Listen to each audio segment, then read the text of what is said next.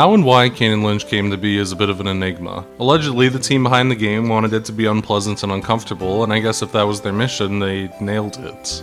As for the other themes they wanted to tackle, urban loneliness and a criticism of video game violence, I guess having the whole Chinese mafia come after you is kind of a realistic consequence for violence. Maybe. IO Interactive has done some fantastic work, primarily in that they were the driving force of the Hitman series for many years, and really outside of the Kane Lynch series have never really ventured from that bubble.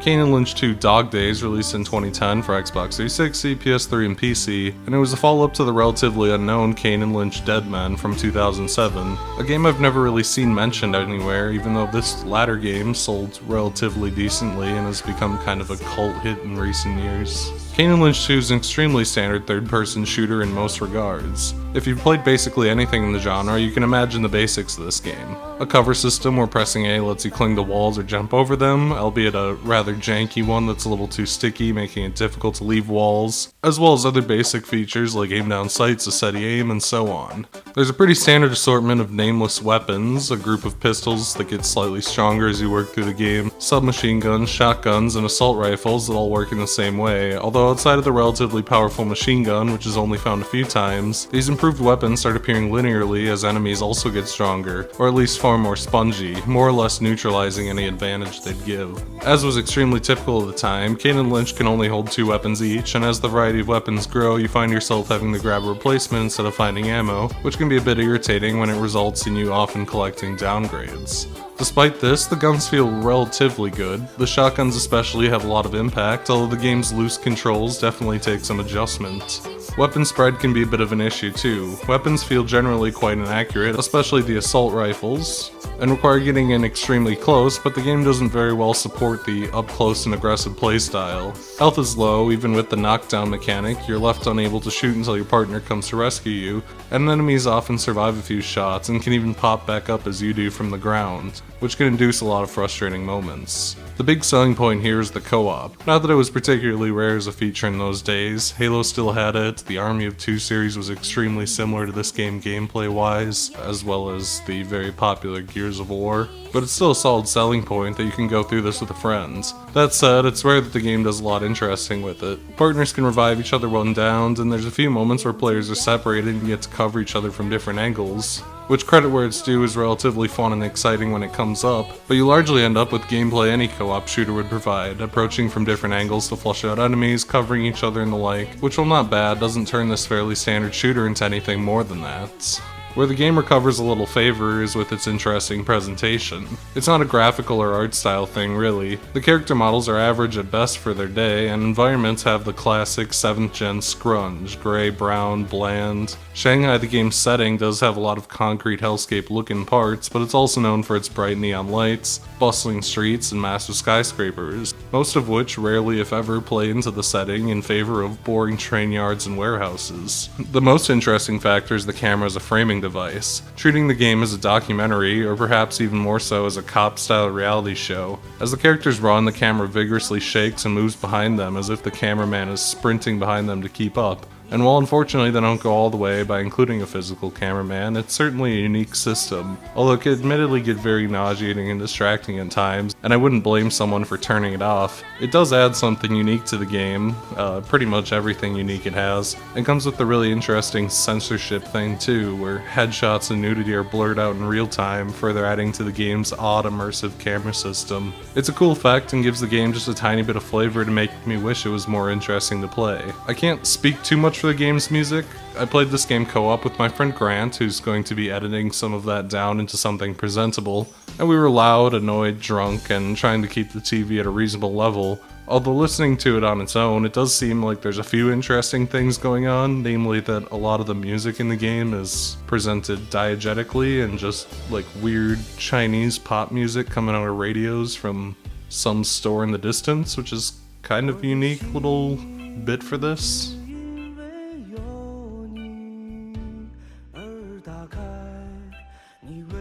The story in this game seems like essential focused, at least it plays out like it should be, but I think it's rather weak. I haven't played the first game, but skimming its summary, it seems to have a lot going on. A prison break, fighting against a gang that Kane used to work for that's holding the main character's children and wife hostage, a bank robbery, Lynch's psychosis giving him strange outbursts, assembling a criminal team for revenge, and a bit of globetrotting to spice up the scenery. Here things are notably more mundane. Lynch is medicated and living a relatively normal life as a criminal working under a British gangster named Glazer in Shanghai, and he brings Kane back into the fold to help smuggle guns to Africa. This setup could certainly provide an interesting story, but it never really pans out. The game starts on a random errand. The duo are sent out to harass an informant, something Kane has no reason to come along for. And although Welcome to Shanghai is the most visually interesting level, a frantic chase in the alleys and through the stores of Shanghai, scrungy neon pawn shops, busy streets, its variety the rest of the game really lacks. It also has a lot of civilians to kill, which we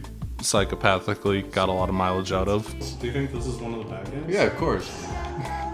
He knew what he was doing. It sets the bar extremely high for this game, and I don't know if it ever manages to get back there. It kinda all just spirals down.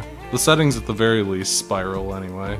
But also no level in this game can keep up the lightning pacing that this level has, because it's often punished by walls of enemies as the game continues because they couldn't find ways to make the game remain interesting beyond just putting more enemies in the way. Upon catching the informant, his girlfriend is caught in the crossfire and he kills himself. It's a great hook for some kind of unfolding mystery that never really comes.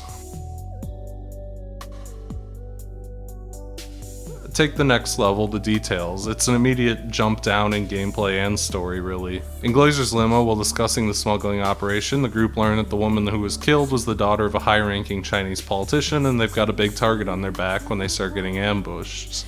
Now, a comedy of error story about two idiot criminals in way over their heads could be fantastic. The Coen brothers tell this kind of story all the time, not to mention stuff like Pulp Fiction. But this game really has nothing interesting to do with the premise. It's not interested in playing with an ever-escalating series of and then it got worse scenarios, nor does it attempt to have any fun with the concept really. The only escalation the game has comes a bit later and is rather miserable, and instead the game spends a lot of time spinning its wheels. The duo are somewhere new, the Chinese military or mafia are after them, they kill them all, they go somewhere else, and so on. The gameplay also shows major cracks here. The fight on the highway and subsequent pileup crash should be good set pieces for a shooter, but the game has very few ideas to escalate its gameplay. There's a lot of dudes, they kill you very fast, and they all stream at you constantly, all while having to protect Glazer until he turns on you too. Cover also shows its first set of holes. A lot of cover, sans full-blown walls, can just be shot through. It's not a matter of flanking or shooting over cover, you sometimes just get plinked through cover. It seems oddly shaped cover, say cars, seems a little more susceptible to this, which can lead to just eating damage with no recourse. It's a frustrating oversight, or even worse if it's actually intentional. I mean, look at Gears of War, this game's co-op third-person shooter contemporary. While not a fantastic series by most measures, cover is reliable and it makes the game feel like you always have some option regardless of scenario, where this game always feels slightly off for this awkward quirk. Even playing perfectly, you may still lose if the game feels like being cruel just because enemies hit you wherever you go. The next level really exemplifies the lack of escalation this game has. In Blood, Sweat, and Tears, you go shooting in a sweatshop. I have literally no idea why you do this. I did have trouble hearing the game, admittedly, because I was playing co-op, but also Wikipedia's summary literally skips this chapter. There's no interesting escalation, no level gimmick, nothing that could be interesting to anyone. The game teases you with some AI allies at the start to help you out. They die immediately. You shoot through a bland sweatshop largely comprised of apartment buildings and small offices that all look identical to each other, and then eventually everyone is dead. And it kinda just proves that a lot of this game is filler as far as the story goes. It's not like the following chapter, Laying Low, is much better either. A promising start in a restaurant leads to a series of apartment buildings. Lynch's wife Sue is being followed and you need to reach her. That almost every chapter can be summarized as you shoot more Chinese people in a rundown apartment building and maybe sometimes a street, makes it difficult to say much about. A narrative progression crawls along so slowly for most of these levels, even if they manage to be fun in the moment, that they all end up blending together into a giant gray 7th generation blur. In Coming Home, Lynch's wife is attacked by the gangsters. You get something unique in shooting them to keep them away from her for a bit, but eventually she's grabbed anyway, and Kane and Lynch, mostly Lynch, surrender to the gangsters. I wish there was more to say. I think this is the level where Kane Lynch are briefly separated and need to cover each other from opposite walkways. Of course, that kind of neat bit of gameplay takes place in a rundown apartment building, because of course it does. Most of this game does. As always, the game just continues to give you the runarounds. It keeps going and going with no change.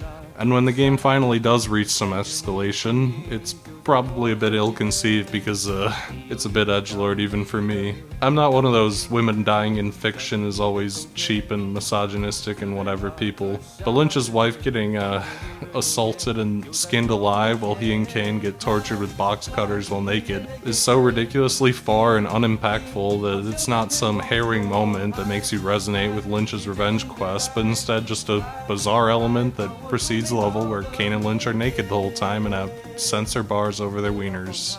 It lacks tact to an extent, and it definitely comes off as trying really hard to get shock value for the sake of it, especially given the teaser scene before the game that begins with this torture. It's not some eventual big turning point, it's just a very classless event in the center of the game. And after this level, things just return to the status quo with a moderately sadder Lynch. There's no real impact, and the revenge he gets later is revenge he was already planning to get. At the very least, the actual chapter, 1000 Cuts, is actually stylistically more interesting than most, as the naked shootouts take place in the streets, largely devoid of Shanghai's hustle and bustle, which has some proper ambiance in the dark neon glows. At this point, the game's gameplay bag of tricks is basically out. There's so little to say because outside of one gimmick section, the introduction of the machine gun eventually, and one, maybe two asymmetrical sections later, you've kind of seen everything that the game can and will ever be. The deals takes place in a shipbuilding yard and train yard. It's yet another largely gray and brown set of warehouses.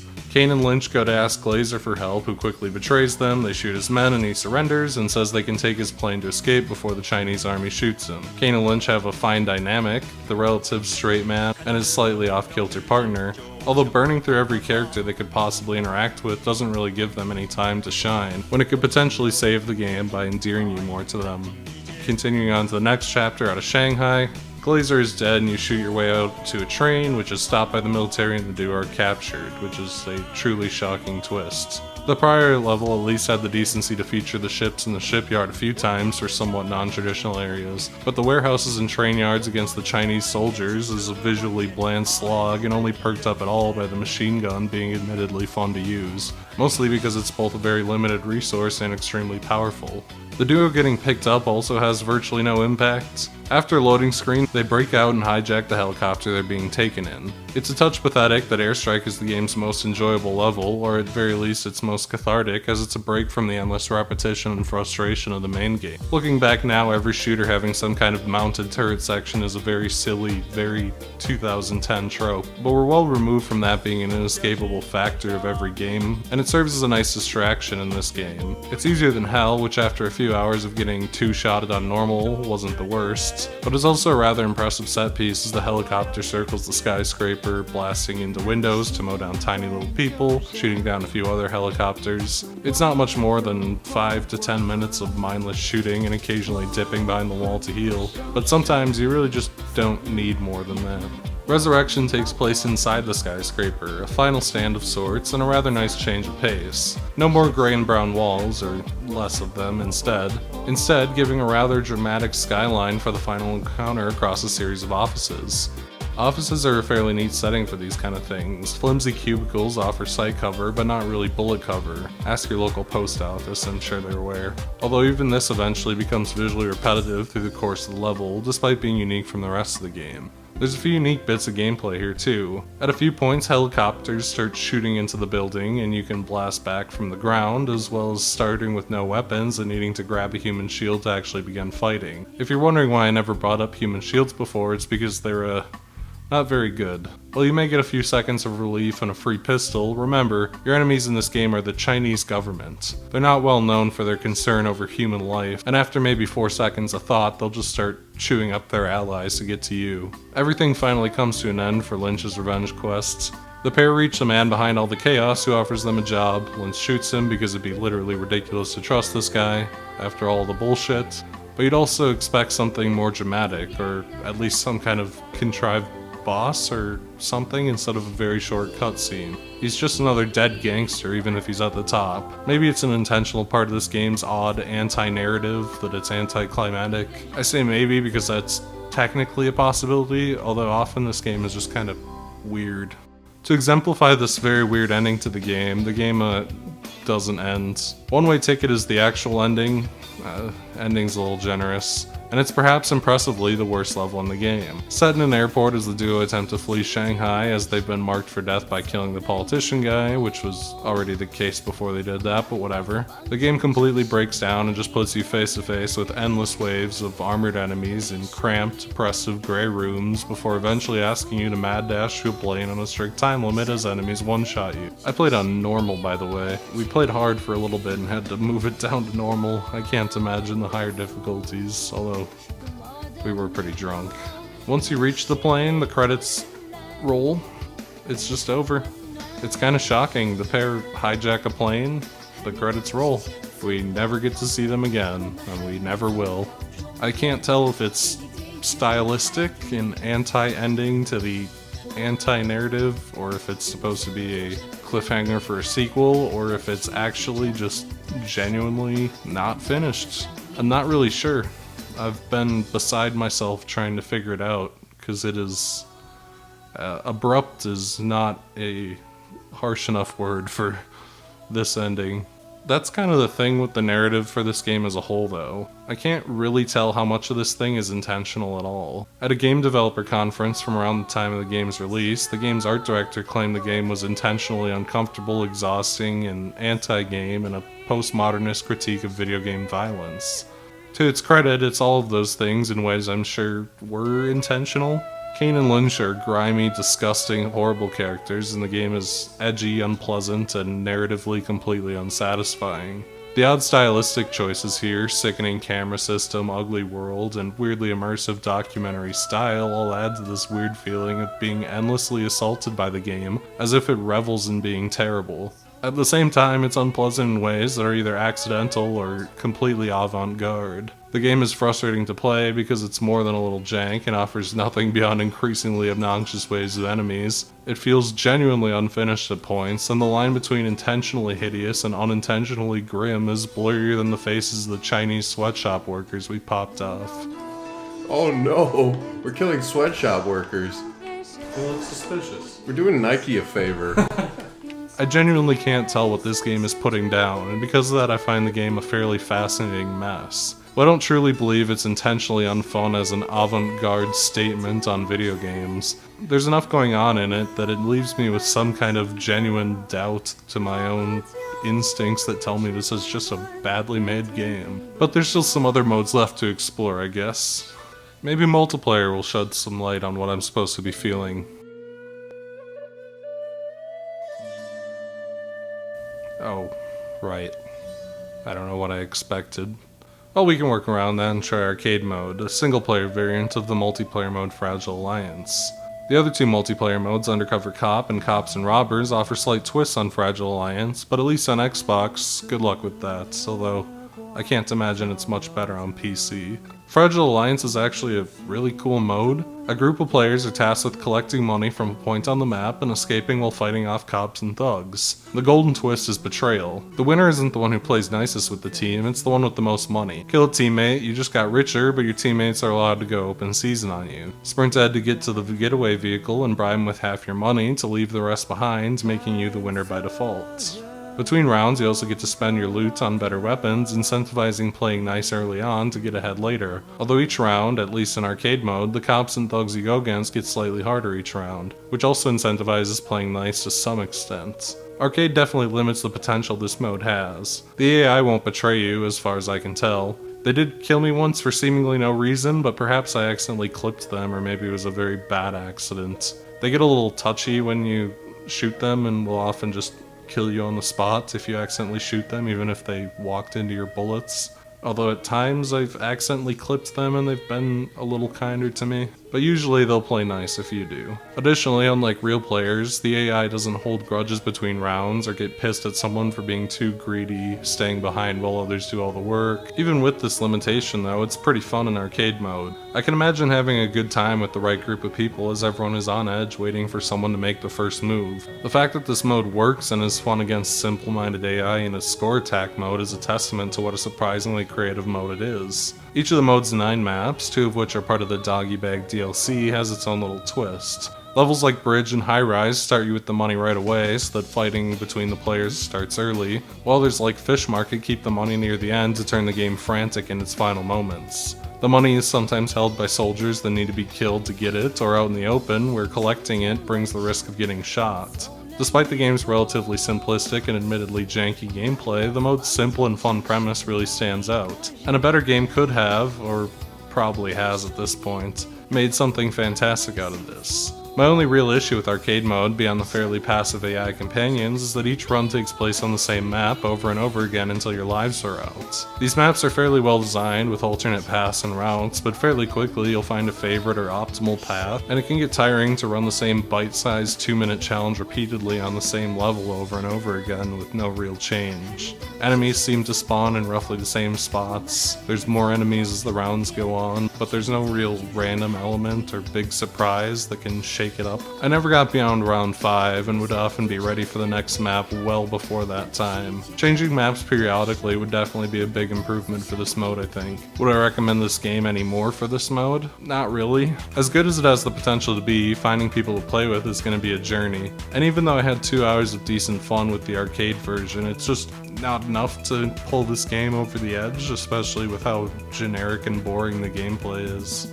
I'm not sure what the conclusion here is. Kane Lynch 2 Dog Days is the worst game I almost like. It's not very fun, it's constantly frustrating, it's janky, the story is meandering and edgy, but in its own way, its weirdly unpleasant style, unique camera, and awkward commitment to being terrible is kind of admirable and interesting. I have an odd fascination with everything this game puts down, and while I would never recommend it because it's so unpleasant, I can't deny the soft spot I've grown for it. It's not like anything I've ever played before in a number of ways, from its nauseating and awkward camera and weird documentary style and the blur effect and the weird unpleasant story that doesn't go anywhere. It's almost certainly for the better that I haven't played more games like this, but it's undeniable that these weird unique elements make it a game worth thinking about and discussing at the very least. To that end, it's definitely one of the more interesting things I've played lately, although, admittedly, I don't think I ever want to play it again, and I don't think I would recommend anyone to play it. It's not very good, in ways intentional and unintentional, and where that line ends and where that line begins is a mystery to me, as it should be for everyone else.